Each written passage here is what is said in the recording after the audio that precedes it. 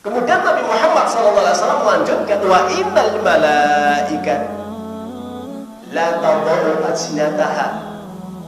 asnyataha li talibil ilmi ridon bima yasna'. Bahwasanya para malaikat pun ketika ada orang yang sedang belajar mencari ilmu dan mengajarkan ilmu, itu para malaikat hadir, para jamaah Bapak Ibu. Nah, disinilah tema inti kita kan. Para malaikat hadir di situ tujuannya apa? Enggak cuma hadir saja para jamaah Bapak Ibu. Hari ini malaikat, malam ini, detik ini, saat ini malaikat la qadu ajnataha, membentangkan sayapnya. Kemudian malaikat-malaikat itu kemudian merasa hormat dan merendah diri di hadapan orang-orang yang mencari ilmu dan mengajarkan ilmu. Kenapa? Ridon bima yasna, karena begitu ridhonya terhadap yang diperbuat oleh hamba-hamba yang mulia. Bismillahirrahmanirrahim. Para jamaah Bapak Ibu, ikhwan akhwati arsalakumullah, kita akan melanjutkan kajian kita yang terkait dengan pembahasan yang sudah kita jelaskan, yaitu man tusalli alaihil malaikah. Jadi orang-orang yang mendapatkan doa dari para malaikat, tentunya mereka adalah orang-orang yang mulia, orang-orang yang istimewa, dan orang-orang yang punya kedudukan yang mulia juga di sisi Allah Subhanahu wa taala, karena orang ini merupakan orang yang dibanggakan oleh makhluknya Allah Subhanahu wa taala. Dan termasuk mudah-mudahan kita yang hadir di sini insyaallah. Kenapa? Karena pembahasan pada malam hari ini juga menyangkut tentang yaitu orang-orang yang senantiasa belajar ilmu atau mencari ilmu. Di antara poin yang selanjutnya adalah mereka yang senantiasa belajar agama Allah, mencari ilmu syar'i, menuntut ilmu syar'i, adalah mereka termasuk orang-orang yang didoakan oleh para malaikat. Kalau kita kembali kepada apa yang telah disabdakan oleh Nabi kita yang mulia Muhammad Rasulullah SAW, Nabi pernah bersabda, man salaka tariqan yaltamisu fi ilman, atau dalam riwayat yang lain, man salaka tariqan yabtagi fihi ilman sahlallahu tariqan ilal jannah. Hadis yang disampaikan riwayat dari sahabat Abu Darda radhiyallahu taala anhu. Hanya perbedaan dari kalimatnya yaltamisu dengan yabtagi, di maknanya sama. Kalau iltamisu adalah yaitu mencari atau memilih. Kalau yabtagi adalah menghendaki atau menuju. Ya. Jadi kalau kita pahami di dalam hadis ini, intinya adalah maksudnya adalah sama. Maka siapapun orang yang berjalan atau keluar rumah dalam rangka untuk dia mencari, menuntut, menghendaki fihi ilman, yaitu ilmunya Allah. Ilman di sini adalah maknanya adalah ilmu agama, ilmu yang menjadikan orang semakin dekat kepada Allah, ilmu yang semakin menjadi orang itu takut kepada Allah Subhanahu wa taala. Otomatis yaitu ilmu Islam, syariat Islam, agama Allah sesuai dengan petunjuk di dalam Al-Quran dan sunnahnya. Maka siapapun orang yang menuntut ilmu keluar, baik mereka berjalan kaki, berkendara, atau mereka juga membaca buku, menghafal, melihat ceramah-ceramah di YouTube, di media-media, maka mereka juga masuk dalam bagian ini meskipun nanti tidak sama dalam hal yaitu kebaikannya, keberkahannya dan juga pahalanya. Sahalallahu tariqan ilal jannah. Maka Allah akan memudahkan langkah kakinya nanti pada hari kiamat menuju surganya Allah. Artinya ilmu itu adalah nur, cahaya. Maka siapapun orang yang ketika mencari ilmu, maka dia akan mencari cahaya Allah. Ketika orang sudah mendapatkan ilmu dan ilmu itu kemudian diamalkan, maka otomatis akan mencahayai seluruh badannya, sehingga nanti pada hari kiamat akan bisa lebih mudah menghantarkan dia menuju surganya Allah. Oleh sebab itu para jamaah Bapak Ibu yang dimuliakan oleh Allah, padahal nanti pada hari kiamat dijelaskan dalam hadis-hadis yang lain yang sahih bahwa ketika orang nanti akan melalui proses demi proses hisab, mizanul amal, syafaat, timbangan, sampai kemudian melewati titian syirat, yaitu jembatan yang dibentangkan di atas neraka, yang ketika orang masuk ke dalam neraka jahanam itu jauhnya kurang lebih sab'ina kharifan atau sab'ina am, 70 tahun. Masuknya saja dilempar dari atas sampai ke bawah atau jatuh dari atas ke bawah itu tingginya, kemudian sampai mendarat ke bawah itu kurang lebih 70 tahun. Itu 70 tahun di akhirat ya, bukan di dunia. Padahal perbandingannya satu hari 1000 tahun di dunia, satu hari di akhirat 1000 tahun di dunia. Maka para jamaah Bapak Ibu yang dimuliakan oleh Allah Subhanahu wa taala, bagi orang yang memiliki ilmu, mereka akan mendapatkan cahaya dari Allah Subhanahu wa taala disebabkan ilmu yang dia miliki ketika di dunia itu diamalkan.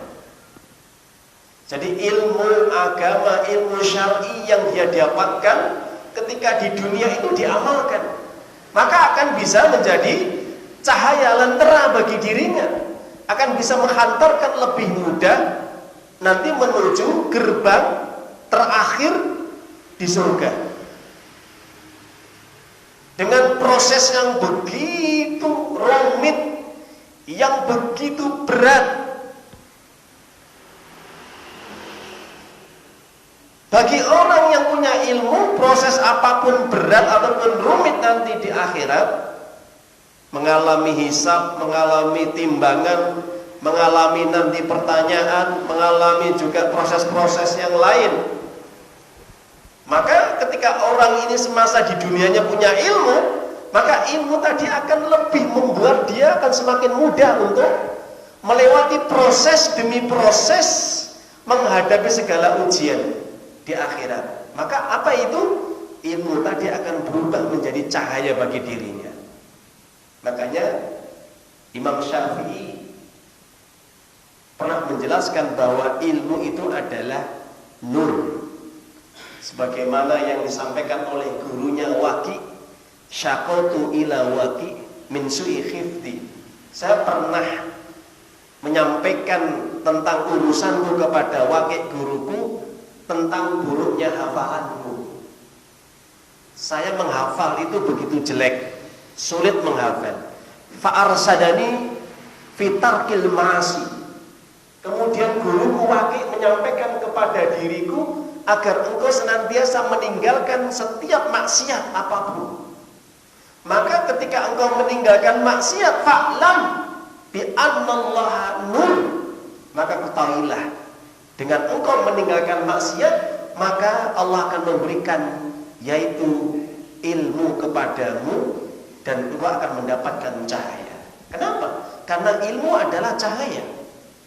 Ketahuilah, ilmu adalah cahaya yang bisa membuka pikiran hatimu, akan memudahkan kamu untuk menyerap hidayah Allah, menyerap ilmunya Allah. dan kamu tidak akan kesulitan. Fa innallaha la yuhdalil 'asi, dan Allah tidak akan pernah sekali-kali akan memberikan cahaya itu kepada orang yang masih senang berbuat maksiat. Artinya orang yang banyak berbuat maksiat itu akan semakin sulit untuk mendapatkan cahaya. Begitu juga nanti ketika di alam akhirat pun orang yang banyak berbuat dosa, orang yang banyak melakukan perbuatan-perbuatan maksiat itu akan menjadi sulit nanti untuk melewati proses demi proses, dihisab, ditimbang, di mizan amal, syafaat sampai titian sirat itu akan mengalami proses yang berat sekali. Kenapa? Karena cahayanya itu sedikit. Ada orang yang cahayanya cuma sejentik kuku, ada yang cahayanya itu cuma hanya satu polok, ada cahayanya itu cuma hanya kepala saja, ada juga cahayanya mungkin satu sekujur badan tubuhnya, sampai rambut, sampai kakinya. Semuanya itu tergantung apa? Ala qadri amali, sesuai dengan kadar amal yang dia lakukan di dunia. Dan amal yang dikerjakan itu sesuai dengan ilmu yang dia tahu. Kalau orang tidak pernah ngaji, orang tidak pernah belajar, orang tidak pernah menuntut ilmu, bagaimana dia akan bisa beramal? Bagaimana dia akan bisa mengenal Allah? Bagaimana dia akan bisa baik dalam ibadahnya, sholatnya, puasanya, hajinya, baca Qur'annya, dan juga amal-amal yang lain. Kenapa? Karena ilmunya tidak ada. Semakin orang banyak ilmu, segala aktivitas hidupnya itu akan semakin terarah. Ingat, orang kalau punya ilmu, maka hidupnya akan semakin terarah. Ini nasihat dari para ulama. Kenapa? Karena dia tahu tujuan hidup dia itu adalah di surga. Itu kalau orang punya ilmu. Orang beriman kalau dia punya ilmu, dia akan tahu tujuan hidupnya adalah nanti ke surga.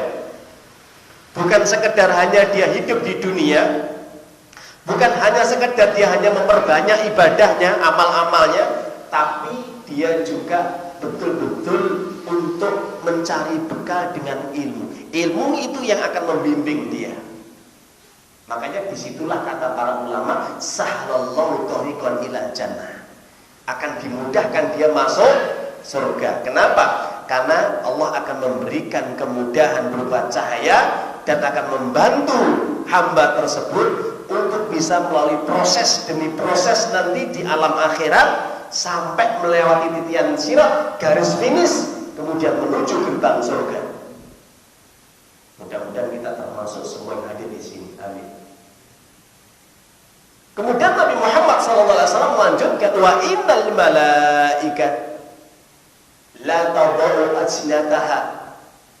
asnataha li talibil ilmi ridon bima yasna.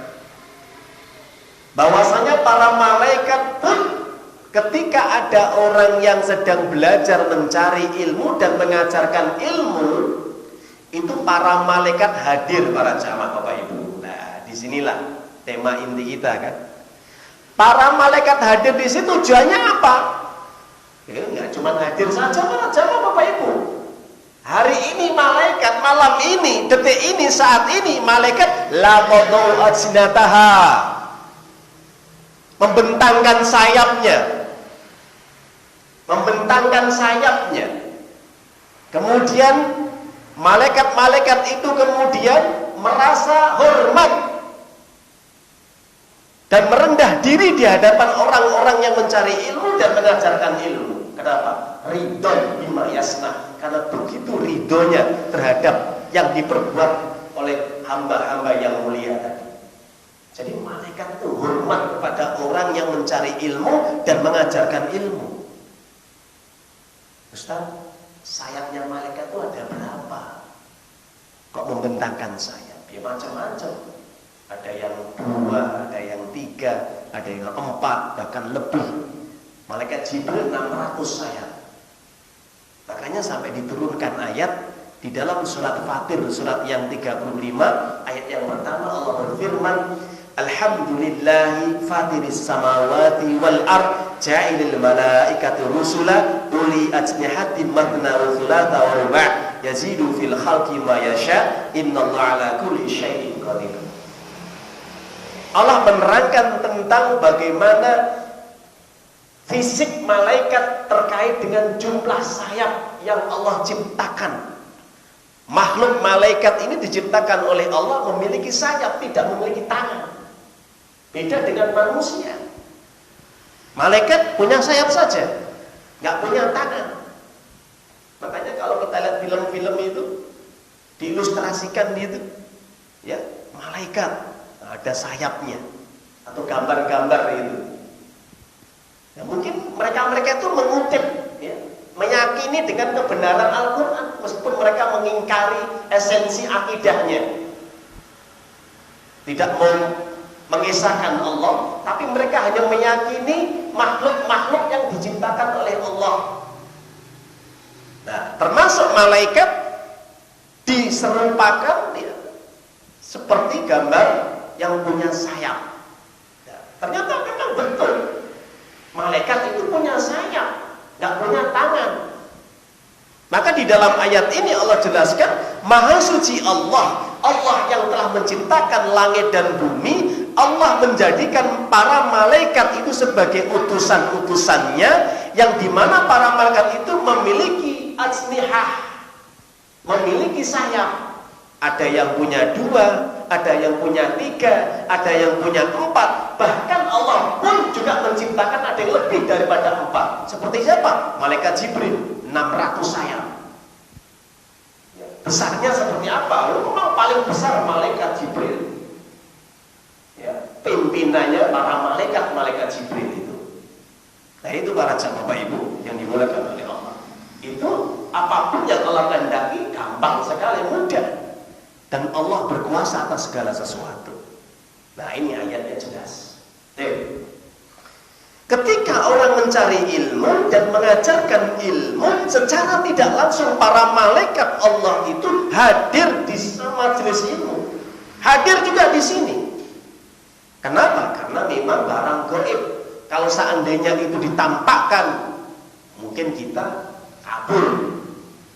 Saking begitu besarnya. Ya, makanya itu barang yang gaib. Nah, tujuan malaikat itu adalah ridho bima yasna. Malaikat ridho. Ridhonya malaikat itu adalah ridhonya Allah. Ingat. Jadi kalau ada makhluk malaikat ini sudah menampakkan ridho, ini menunjukkan Allah sudah ridho.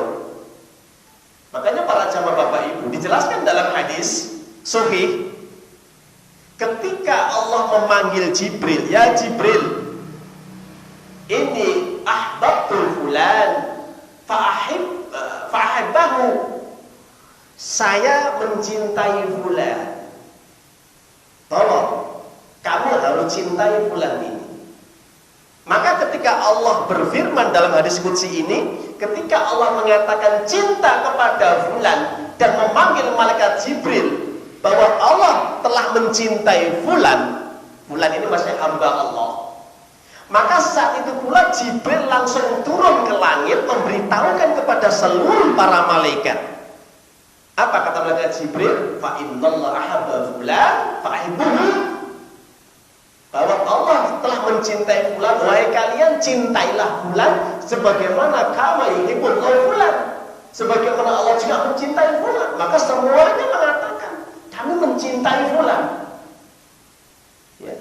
Jadi apapun yang dikatakan malaikat Jibril itu sudah betul-betul ditaati oleh seluruh para malaikat. Karena Jibril adalah merupakan malaikat yang dikasih wewenang untuk menyampaikan risalah wahyu. Jadi apapun keputusan Jibril itu keputusan Allah. Kalau sudah Jibril senang, Allah senang, dan seluruh para malaikat senang. Ini menunjukkan ketika para malaikat ini ridho, maka otomatis malaikat Jibril ridho, Allah pun ridho. Kepada siapa? Mereka yang mengajarkan ilmu dan belajar agama, yang mencari ilmu, itu ridho. Yang menuntut ilmu, mencari ilmu, belajar agama. Bahkan sampai-sampai ketika hadir para malaikat, maka disitulah malaikat langsung apa? La yastaghfiru. Mereka juga memintakan ampun. Kepada siapa? Kepada orang-orang yang dia belajar dan mengajarkan ilmu. Lahu man fis samawati wa man fil ardi hatal hitan fil ma. Ketika malaikat ini sudah ridho kepada orang yang belajar dan mengajarkan ilmu, maka para malaikat bersama-sama memintakan ampunan kepada Allah. Ya Allah, ampunilah hamba-hambamu ini. Ya Allah, berilah rahmat kepada mereka semuanya. Ya Allah, yang hadir di majelis ilmu, yang hadir di majelis ilmu, mereka mendapatkan doa para malaikat. Masya Allah, istimewa, luar biasa. Jadi para jamaah Bapak Ibu yang dimuliakan oleh Allah SWT, itulah kalau kita memahami kandungan dalam hadis ini menunjukkan bahwa tidak ada yang paling mulia di muka bumi ini kecuali majelis ilmu. Itu tempat yang paling dimuliakan oleh malaikat adalah majelis ilmu. Tidak ada yang lain. Dimanapun, baik di masjid, di musola, maupun di rumah, kalau ada majelis ilmu, di situ disampaikan, dibacakan ayat-ayat Allah dan hadis-hadis Nabi yang sahih, diterangkan tentang akidah, tauhid, fikih dan yang lainnya, maka di situ hadir para malaikat. Tapi ada juga tempat yang memang tidak disukai oleh malaikat. Apa itu? Ya, tempat yang tidak disukai malaikat adalah yaitu tempat yang digunakan untuk maksiat. Nah itu. Makanya para jamaah Bapak Ibu yang dimuliakan oleh Allah SWT, kalau kita kembali kepada hadis Nabi, hadis ini diriwayatkan oleh Imam Tirmizi, Ibnu Majah, Abu Daud. Hadis ini sanadnya sahih. Maka sampai-sampai Nabi Muhammad SAW memberikan perhatian yang betul-betul cukup perhatian. Kenapa? Jangan sampai kita hidup di dunia ini menjadi manusia yang terlaknat. Kok bisa Ustaz menjadi manusia yang terlaknat? Kenapa? Kalau orang itu sudah meninggalkan majelis ilmu, tidak cinta dengan ilmu, itu adalah mereka di antara tanda-tanda orang yang dijauhkan dari doa malaikat yang terlaknat. Makanya di dalam hadis yang lain dikatakan, ala inna dunya mal'unah wa mal'un ma fiha. Sesungguhnya ketahuilah wahai para sahabatku, dunia ini yang kalian jadikan tempat tinggal, kalian bekerja, kalian mencari sesuap nasi, banting tulang siang dan malam, rakoso golek duit, itu bisa menjadikan kalian mal'unah. Apa mal'unah? Jauh dari Allah, jauh dari rahmat kasih sayang Allah. Jadi yang dimaksud laknat itu dijauhkan dari rahmat Allah, itu namanya laknat. Jadi Allah tidak sayang kepada seorang hamba. Kenapa? Illa dzikrullah. Kecuali kalau seandainya kalian tetap hidup di dunia ini, kalian tetap menjalankan 3 perkara. Kata Nabi, kalian tetap menjalankan 3 perkara ini, kalian akan terhindar dari laknat Allah. Kalian tidak akan dijauhkan dari rahmat Allah. Dan semua apapun yang ada di dalamnya pun akan ikut terlaknat kalau kalian meninggalkannya. Tapi kalau kalian tidak meninggalkannya, maka kalian tidak akan terlaknat. Yang pertama, dzikrullah. Orang yang banyak berzikir kepada Allah Subhanahu wa ta'ala. Orang yang senantiasa menjaga kewajiban-kewajiban Allah. Orang yang senantiasa memahami ilmu. Nah itu. Jadi kalau Imam Nawawi ketika mengatakan dzikrullah itu adalah orang yang senantiasa menjaga hak-haknya Allah. Itu namanya dzikrullah. Tapi sebagian ulama pun mengatakan mereka adalah orang yang tidak dilalaikan dengan urusan jual beli, perdagangan, bisnis. Itu adalah dzikrullah. Sehingga sampai-sampai lupa, dilupakan anak, keluarga, harta, sehingga dia lupa dari ibadah kepada Allah. Itu dzikrullah. Makanya para jamaah Bapak Ibu yang dimuliakan oleh Allah Subhanahu wa taala, kalau kita melihat di dalam Al-Qur'an, di dalam surat An-Nur, maka Allah Subhanahu wa taala sendiri menjelaskan agar kita senantiasa menjaga diri kita agar tidak menjadi orang-orang yang lalai. Maka dari sinilah diturunkan ayat Allah Subhanahu wa taala.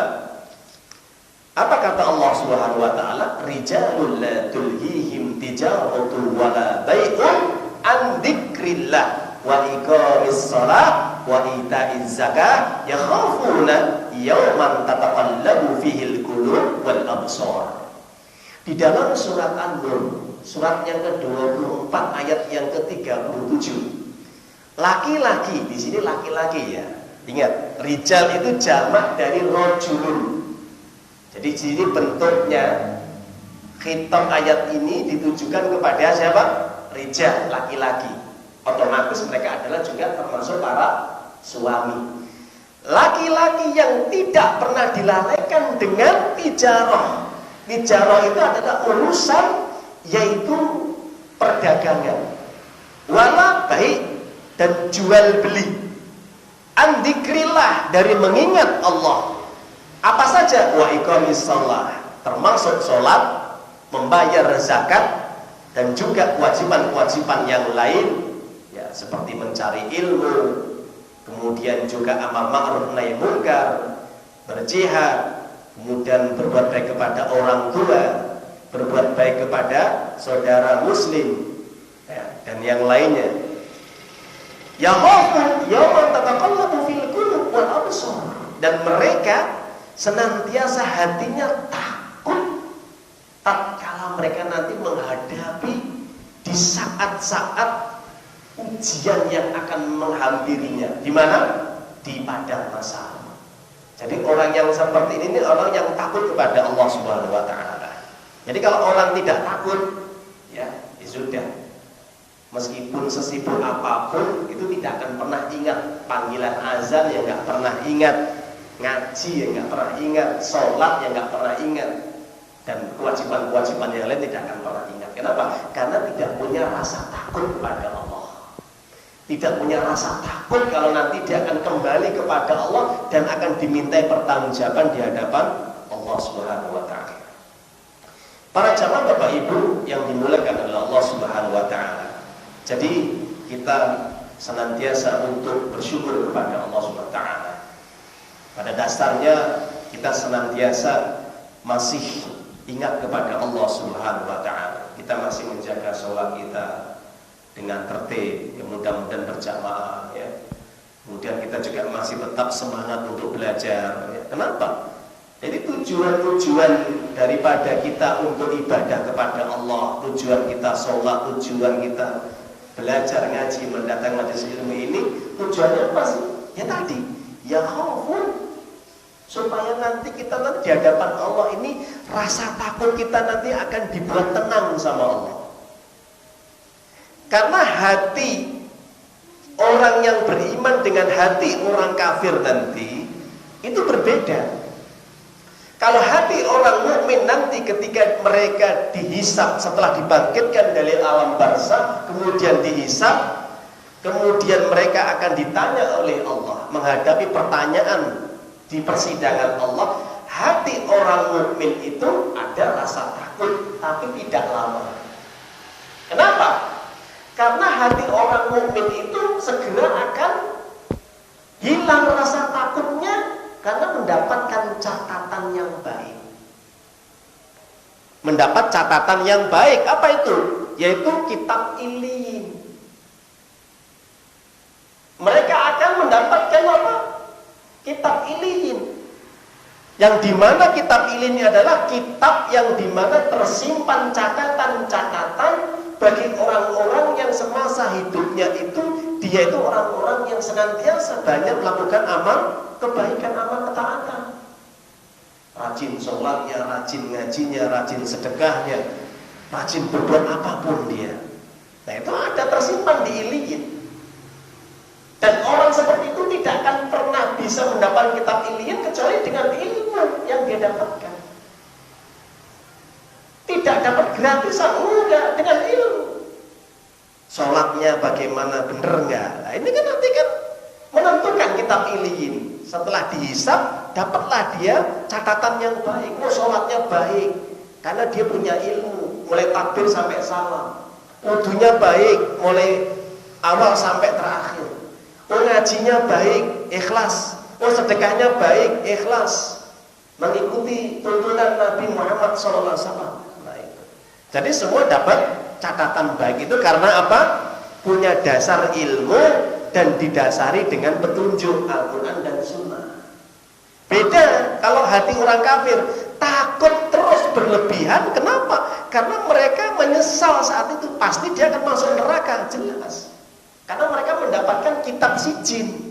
Kitab sijin adalah kitab yang dimana kumpulan catatan orang-orang yang semasa hidupnya itu kafir, musyrik, munafik, dolim, banyak berbuat dosa.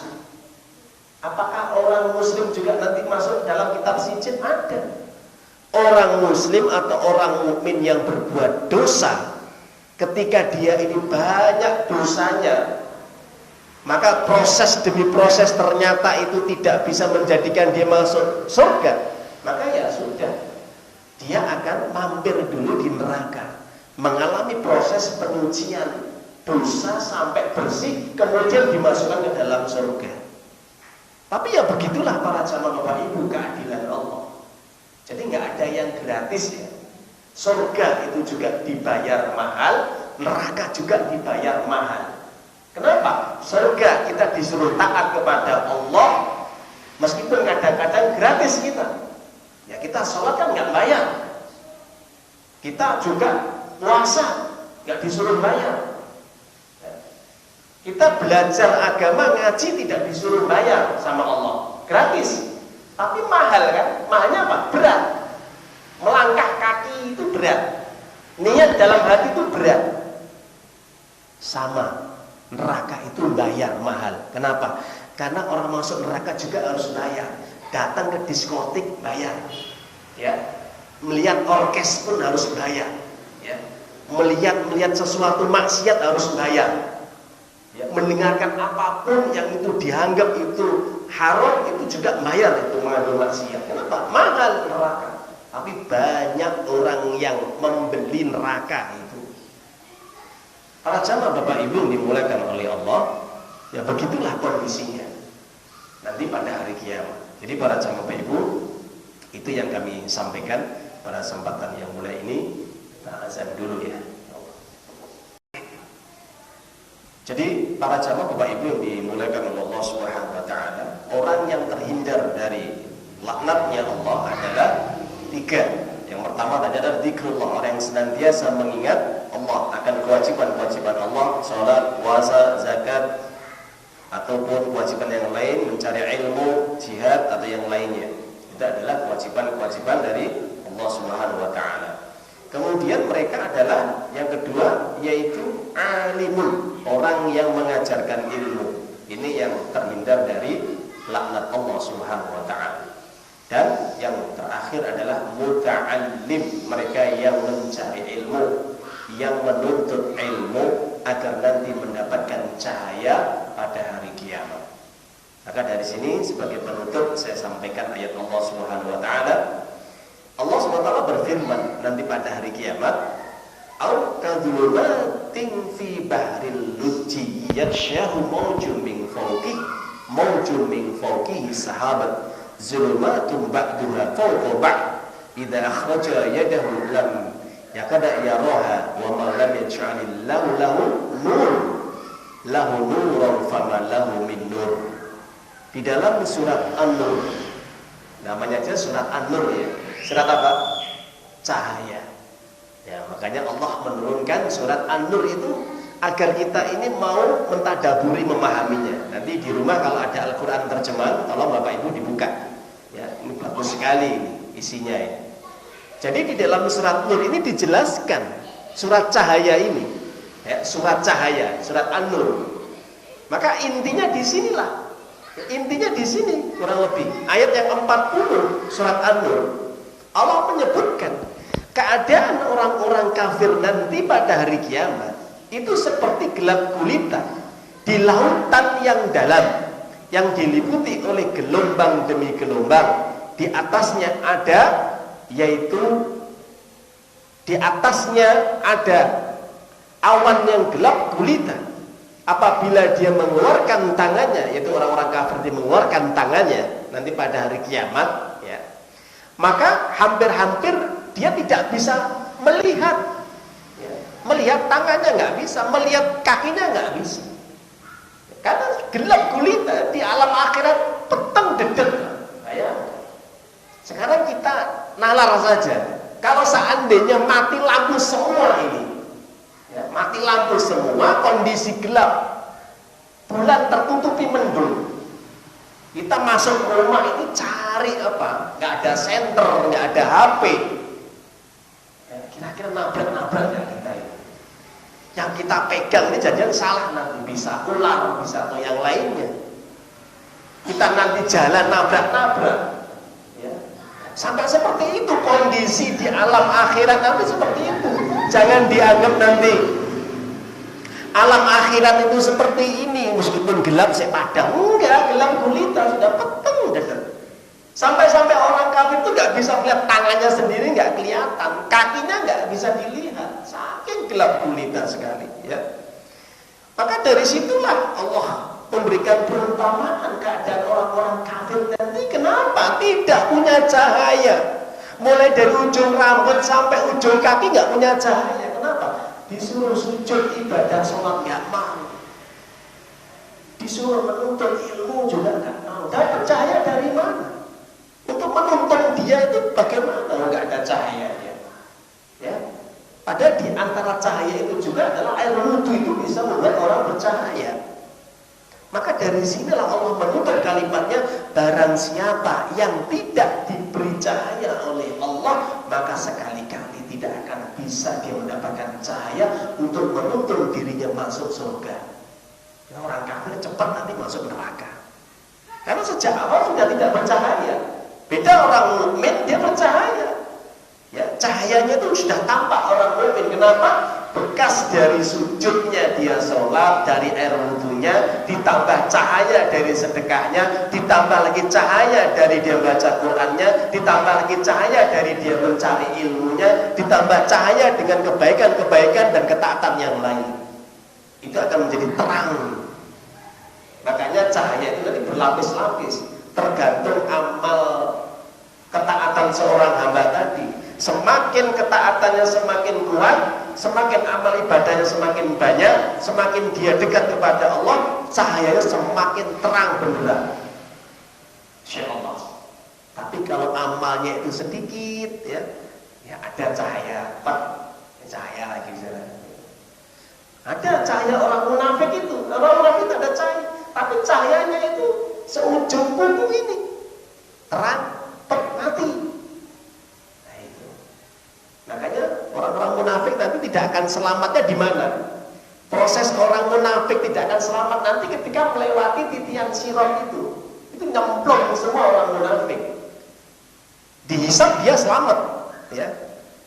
Proses mizan dia selamat. Tapi ketika melewati titian sirat dia tidak akan pernah selamat. Masuk neraka di situ selama-lamanya. Ya, dan masuknya dia itu yang paling bawah sendiri. Itu orang munafik. Yang paling bawah sendiri. Dari jurang neraka itu 70 tahun, itu yang paling atas, nanti dia nyemplungnya, jatuhnya itu yang paling dasar sendiri itu. Di antara neraka itu ada 7 tingkatan itu, dia yang paling bawah sendiri. Itu golongan orang-orang munafik yang akan dia tempati nanti. Innal munafiki bidarki asfali minan nar. Orang-orang munafik itu tempatnya paling bawah di dasar neraka. Walan tajida lahum nasira. Orang-orang munafik itu tidak akan penolong baginya selama-lamanya. Tidak ada yang bisa menolong. Kenapa? Karena orang munafik itu menipu Allah dan menipu orang-orang yang beriman. Begitu para jamaah Bapak Ibu yang dimuliakan oleh Allah. Itulah singkat yang kita sampaikan terkait dengan orang-orang yang senantiasa didoakan oleh para malaikat, dan mudah-mudahan Allah menyelamatkan kita semuanya dari segala proses demi proses nanti pada hari kiamat, mulai proses hisab sampai melewati titian sirat. Mudah-mudahan kita semuanya ya, dan semua juga seluruh kaum muslimin yang lain saudara kita diberi kemudahan ya oleh Allah, diberi syafaat oleh Allah Subhanahu wa taala, terutama bisa berkumpul dengan Nabi kita Muhammad SAW yang mulia nanti di Telaga Al-Kautsar, dan mudah-mudahan juga dipermudah proses yang terakhir adalah melewati titian syirat, sehingga mudah-mudahan ya kita dipertemukan kembali nanti di surganya Allah Subhanahu wa taala. Amin ya rabbal alamin. Semoga bermanfaat ya kajian pada malam hari ini. Kita tutup dengan bacaan hamdalah. Alhamdulillah. أيها الذين آمنوا اتقوا